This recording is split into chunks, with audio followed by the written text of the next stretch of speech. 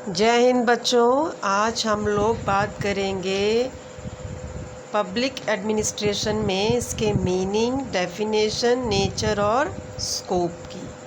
उससे पहले मैं आप सभी लोगों को ये बताना चाहूँगी कि आप लोग जब भी घर से बाहर निकलें एक छोटी बोतल सैनिटाइज़र की अपने पॉकेट में या अपने पास ज़रूर रखें और साथ ही साथ अपने चेहरे पे मास्क ज़रूर लगाएं। इस कोरोना काल में ये बेटा बहुत ज़रूरी है। अगर आप स्वस्थ रहेंगे तभी आप पढ़ भी पाएंगे और अपने उन सारे एम्स को पूरा कर पाएंगे जो आप करना चाहते हैं। तो वापस हम आते हैं अपने आज के टॉपिक के ऊपर। आज जैसा कि अभी मैंने कहा कि हम लोग बात करेंगे लोक प्रशासन के अर्थ, परिभाषा, उसका स्वरूप और क्षेत्र। ये बहुत इम्पॉर्टेंट है और एग्ज़ाम में अक्सर तीनों सेक्शन में पूछा जाता है। बीए थर्ड ईयर में 3 सेक्शन हैं। ये फर्स्ट पेपर आप लोगों का जो है इसमें 3 सेक्शन होते हैं, तो 2 नंबर में, 10 नंबर में और 15 नंबर में, तीनों के लिए ये बहुत बहुत इम्पॉर्टेंट है। तो आप लोग इसको ध्यान से सुनिएगा। सबसे पहले हम बात करते हैं अर्थ की। लोक प्रशासन 2 शब्दों से बना है, लोक और प्रशासन। लोक का अर्थ है जनता और प्रशासन का अर्थ है जनता के लिए उत्कृष्ट रीति से किए जाने वाले कार्य। लोक प्रशासन में जनता के लिए कल्याणकारी योजनाओं को रूप देने का काम सामूहिक रूप से ऐसे लोगों के द्वारा किया गया होता है जो योग्य और उन सेवाओं के लिए प्रशिक्षित भी होते हैं। तो साधारण शब्दों में लोक प्रशासन जनता के लिए किए जाने वाले सामूहिक रूप से लोक कल्याणकारी कार्य हैं। अब बात करते हैं परिभाषा की। परिभाषा के आधार पर लोक प्रशासन के 2 दृष्टिकोण विद्वानों की परिभाषाओं के आधार पर वर्गीकृत किए गए हैं। पहला है व्यापक दृष्टिकोण, पहला है संकीर्ण दृष्टिकोण, इंग्लिश में बोलेंगे नैरो अप्रोच, और दूसरा है ब्रॉड अप्रोच और हिंदी में इसको बोलेंगे व्यापक दृष्टिकोण। तो संकुचित दृष्टिकोण ये कहता है कि लोक प्रशासन के अंतर्गत केवल शासन का एक अंग कार्यपालिका के कार्यों को ही समाहित किया जाता है। और ब्रॉड यानी व्यापक दृष्टिकोण ये कहता है कि लोक प्रशासन के अंतर्गत शासन के तीनों अंग व्यवस्थापिका, कार्यपालिका, न्यायपालिका, लेजिस्लेचर, एग्जीक्यूटिव, जुडिशरी, तीनों के कार्यों को हम अंगीकृत करते हैं या लेते हैं, कह सकते हैं। तो लोक प्रशासन की परिभाषा के आधार पर 2 दृष्टिकोण हैं, याद रखना। एक नैरो यानी संकीर्ण और दूसरा ब्रॉड यानी व्यापक। संकीर्ण केवल कार्यपालिका के कार्यों को ही लेता है और व्यापक में व्यवस्थापिका, कार्यपालिका और न्यायपालिका तीनों के कार्यों को लिया जाता है। परिभाषाओं के संदर्भ में आप लूथर गुलिक, एल.डी. वाइट, साइमन, नीग्रो और विलोबी किसी की भी परिभाषा 10 नंबर या 15 नंबर वाले क्वेश्चन में लिख सकते हैं, या 2 नंबर में अगर आपको पूछी जाए तो आप बता सकते हैं। इसमें गुलिक ने जहाँ केवल शासन के एक अंग के कार्यों को ही लोक प्रशासन के अंतर्गत लिया है और वो है कार्यपालिका। इन्होंने पोस्ट कॉर्प की भी अवधारणा दी है, जो आगे चल के हम विस्तार से इसके ऊपर चर्चा करेंगे, क्योंकि ये आपके लिए बहुत इम्पोर्टेंट है। एल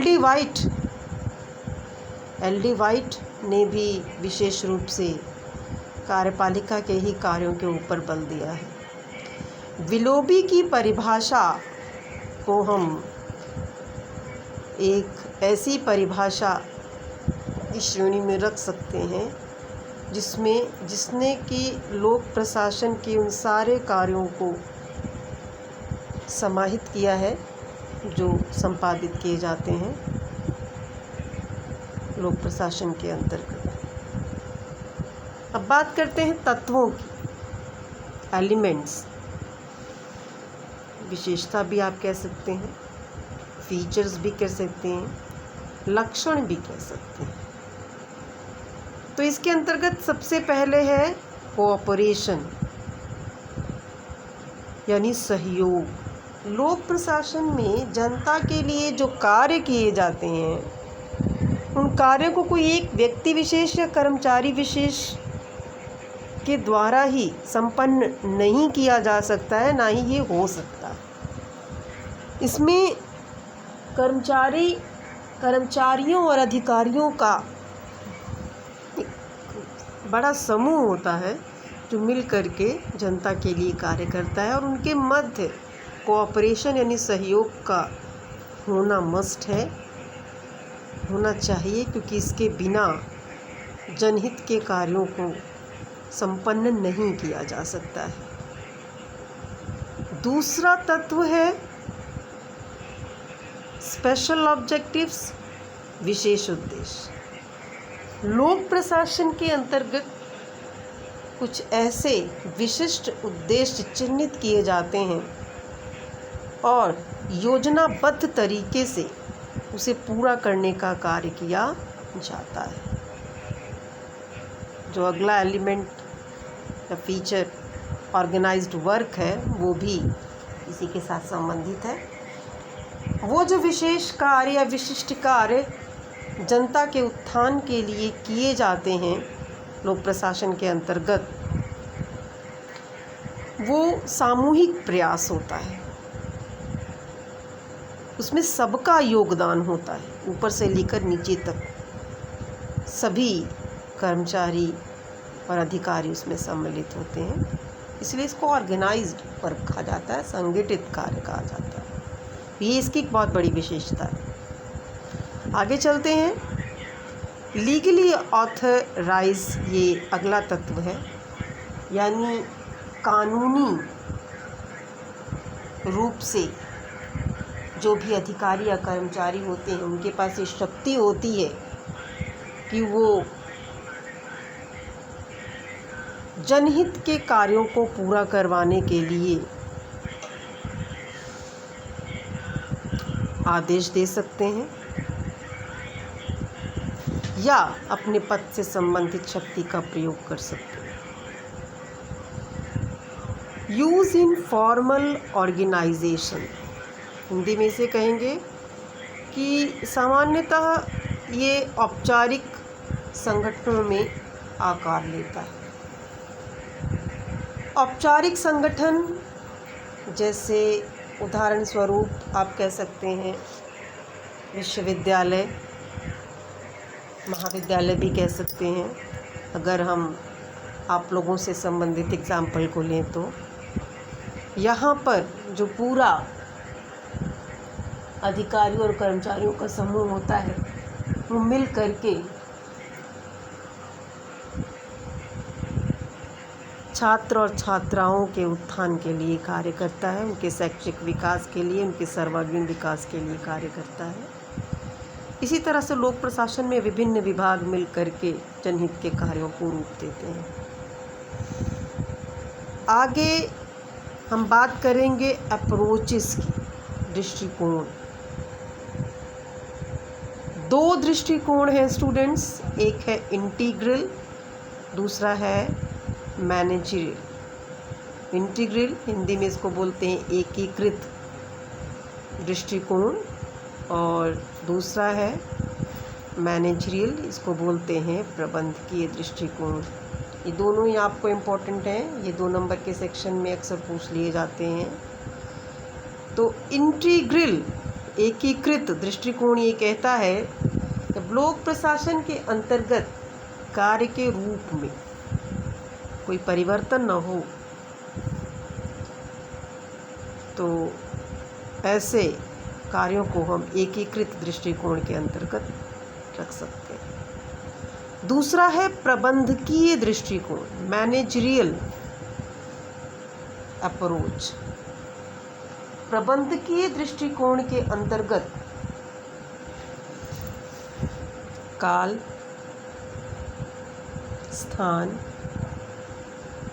परिस्थितियाँ, उसके अनुसार समय समय पर जो लोक प्रशासन के द्वारा कार्य किए जाते हैं उनमें परिवर्तन किया जा सकता है। तो एक बेसिक डिफरेंस है कि एकीकृत में परिवर्तन नहीं होता है, जबकि प्रबंधकीय में परिवर्तन हो सकता है और उसके लिए ये सारे कारण होते हैं। आगे हम बात करेंगे लोक प्रशासन और प्रशासन की। इन दोनों का अंतर आपके लिए बहुत इम्पोर्टेंट है। प्रशासन जहाँ एक व्यापक दृष्टिकोण है, वहीं लोक प्रशासन एक संकीर्ण दृष्टिकोण है। प्रशासन के अंतर्गत लोक प्रशासन को भी लिया जाता है। प्रशासन का क्षेत्र अत्यंत व्यापक है और लोक प्रशासन के अंतर्गत उसे जो कार्य सौंपे जाते हैं, जो योजनाएं पूरा करने के लिए प्रदत्त की जाती हैं, वे संपन्न करता है लोक प्रशासन। आगे बात करते हैं इसके क्षेत्र की, स्कोप। तो जैसे कि अभी हमने इसकी परिभाषा में भी चर्चा की थी कि लोक प्रशासन को हम परिभाषा के आधार पर 2 भागों में बांट सकते हैं, ब्रॉड कंसेप्ट और नैरो कंसेप्ट, संकीर्ण अवधारणा और व्यापक अवधारणा। तो इसके क्षेत्र के अंतर्गत भी इन दोनों ही दृष्टिकोणों को लिया गया है। जब हम इसका अध्ययन व्यापक आधार पर करते हैं, तो ऐसी स्थिति में हम शासन के तीनों अंगों के कार्यों का अध्ययन करते हैं, क्योंकि ये किसी न किसी रूप में प्रत्यक्ष या परोक्ष रूप में लोक प्रशासन को प्रभावित करता है। इसलिए हम तीनों अंगों के कार्यों को इसमें लेते हैं। दूसरा है संकीर्ण दृष्टिकोण।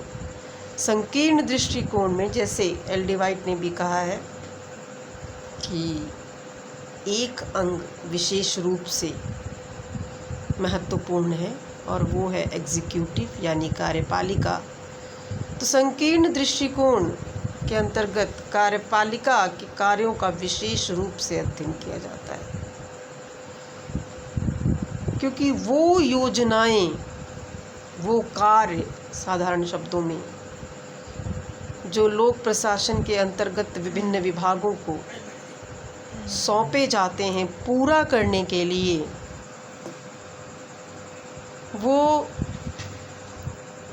कार्यपालिका के अंतर्गत ही आते हैं।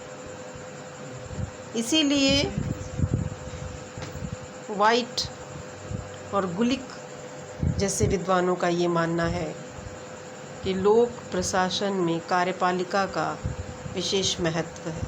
शासन का ये अंग अत्यंत महत्वपूर्ण है इसके क्षेत्र के अध्ययन की दृष्टि से। अगला पॉइंट है पोस्ट कॉर्प। ये आपको बहुत इम्पोर्टेंट है students. Post Corp, POSTCORP, post Corp, ये आपको 2 नंबर में और 10 नंबर में दोनों ही सेक्शन में पूछा जा सकता है, यानी सेक्शन ए और सेक्शन बी। ये विद्वान लूथर गुलिक की देन है ये अवधारणा। इसे हम क्षेत्र के अंतर्गत भी इसका अध्ययन करते हैं। पोस्ट कॉर्प में एक अंग्रेज़ी का जो ये अल्फ़ाबेट है, ये अपने आप में अत्यंत महत्वपूर्ण है। जैसे P से प्लानिंग, यानी लोक प्रशासन में योजनाएं बनाई जाती हैं। O से ऑर्गेनाइजिंग, उन योजनाओं को पूरा करने के लिए संगठित रूप से कार्य किया जाता है। S से स्टाफिंग, उन योजनाओं को पूरा करने के लिए कर्मचारियों और अधिकारियों का संगठन होता है, और यही लोग जो हैं संगठित होकर के जनहित के उन कार्यों को पूरा करने का काम करते हैं। D से है डायरेक्टिंग। आगे चल कर के हम एक सिद्धांत पढ़ेंगे लोक प्रशासन में, हायरार्की, पद सोपान जिसे कहते हैं, बहुत इम्पोर्टेंट है आप लोगों के लिए। उसमें आप जानेंगे कि ऊपर से नीचे पिरामिड शैली में किस तरह से उच्च से अधीनस्थ अधिकारी को जो है आदेश संप्रेषित किए जाते हैं, और साथ ही साथ उच्च अधिकारी अधीनस्थ अधिकारियों के कार्यों के ऊपर अपना पूरा जो है एक निगाह बनाए रखता है, नियंत्रण बनाए रखता है, निर्देशित भी करता रहता है। तो इसलिए डायरेक्टिंग, निर्देशन बहुत महत्वपूर्ण होता है। उच्च अधिकारियों के निर्देशन में कार्य जो है वो आगे बढ़ता है। CO कोऑपरेशन यानी सहयोग, लोक प्रशासन में जनहित के कार्यों को किसी एक अधिकारी या किसी एक कर्मचारी के द्वारा संपन्न नहीं किया जा सकता है। इसके लिए सारे के सारे कर्मचारी और अधिकारी अपना सहयोग देते हैं, तब वो कार्य पूर्ण हो पाता है। इसलिए सहयोग के भाव का अत्यंत महत्व है लोक प्रशासन के अंतर्गत। तो CO फॉर कोऑर्डिनेशन, यानी आपस में उनके समन्वय बना रहे। बिना समन्वय, बिना तालमेल के वे कार्य को आगे नहीं बढ़ा सकते। R स्टैंड्स फॉर रिपोर्टिंग, अधीनस्थ कर्मचारी या अधिकारी अपने से उच्च अधिकारी को समय समय पर इस संदर्भ में पूरा प्रतिवेदन सौंपता है कि जो भी कार्य सौंपा गया था वो कार्य कहाँ तक पहुँचा है, और आने वाले कितने समय में वो कार्य पूर्ण हो जाएगा, या उस कार्य को पूरा करने में अगर रुकावटें आ रही हैं तो उन्हें दूर करने के लिए आगे क्या क्या आवश्यकताएं उन्हें हैं, इस संदर्भ में पूरी वो रिपोर्ट अपने उच्च अधिकारी को देता है। B stands for budgeting, that is very very important, क्योंकि जितनी भी योजनाएं या कार्य किए जाते हैं जनता के लिए, उसके लिए धन की आवश्यकता होती है, और वो धन एक निश्चित मात्रा में ही मिलता है। और इस बात का पूरा पूरा ध्यान इसमें रखा जाता है, प्रयास किया जाता है कि किसी भी कार्य के लिए जो धन आवंटित किया गया है उसी में वो कार्य संपन्न हो जाए। ये थी पोस्ट कॉर्प की अवधारणा। P for planning, O for organising, S for staffing, D for directing, CO for coordination, R for reporting, and B for budgeting. अगला दृष्टिकोण है वेलफेयर व्यू, लोक कल्याणकारी विचारधारा। अब तक हम बात यही कर रहे हैं कि लोक प्रशासन में जनता के लिए कार्य किया जाता है, उनके कल्याण के लिए कार्य किया जाता है, उनके उत्थान के लिए कार्य किया जाता है, उनके विकास के लिए कार्य किया जाता है। जो योजनाएं बनती हैं, जो योजनाएं व्यवस्थापिका में पारित होती हैं, वो जनता को ही मद्देनज़र रख करके बनाई जाती हैं। उन योजनाओं को लागू करने का काम कार्यपालिका करती है और कार्यपालिका भी इस बात का विशेष रूप से ध्यान रखती है कि ये योजनाएं जनता के लिए हैं और जनता को इसका पूरा पूरा लाभ मिल सके। तो ये बेटा था क्षेत्र यानी इंग्लिश में स्कोप। इसमें broad concept, narrow concept, post कॉर्व की कंसेप्ट जो प्रोफेसर लूथर गुलिक की देन है, वेलफेयर व्यू, ये सब हमने डिस्कस किया। अब आगे है इस टॉपिक का लास्ट पार्ट, वो है इसका स्वरूप, नेचर। लोक प्रशासन के स्वरूप के दृष्टिगत दो दृष्टिकोण हैं, टू अप्रोचेस। एक लोक प्रशासन कला है और दूसरा लोक प्रशासन विज्ञान है। हम लोग इसको भी फर्स्ट ईयर में भी डिस्कस कर चुके हैं, बस थोड़ा सा अंतर था। वहाँ पर हम लोगों ने बात की कि राजनीति विज्ञान है या कला है। यहाँ हम बात करेंगे लोक प्रशासन कला है या विज्ञान है। तो वाइट टीड उर्विक जैसे विद्वान ये मानते हैं कि लोक प्रशासन कला है और वे लोक प्रशासन को कला इसलिए मानते हैं क्योंकि इन विद्वानों का ये मत है कि वर्तमान में लोक प्रशासन कला है क्योंकि इसके अंतर्गत कर्मचारी या अधिकारी अपनी बौद्धिक क्षमता का प्रयोग करके जनता के लिए उन सारे कार्यों को सफल रूप से पूरा करने का प्रयास करता है। जनता को वो सारे लाभ योजनाओं के माध्यम से पहुंचाने का काम करता है जो जनता के लिए होती है और इसमें वो अपने गुणों, अपनी क्वालिटीज़ के माध्यम से योजनाओं को फाइनल फॉर्म तक पहुंचाने का काम करता है। कुछ विद्वान कहते हैं कि लोक प्रशासन विज्ञान है। जो इसे विज्ञान कहते हैं उनका ये भी मानना है कि वर्तमान में ये उस पथ पर अग्रसरित है जो इसे विज्ञान की ओर ले जा रहा है।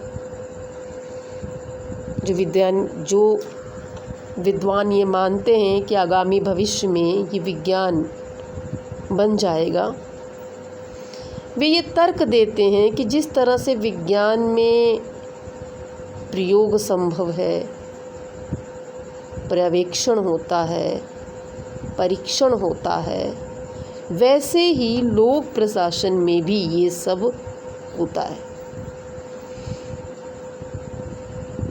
अंतर केवल इतना है कि लोक प्रशासन में मनुष्य आधार है जबकि विज्ञान में पदार्थ आधार होता है। अब चूंकि विज्ञान में पदार्थ आधार होता है इसलिए वहाँ पर सामान्यतः जो परिणाम हैं वो निश्चित होते हैं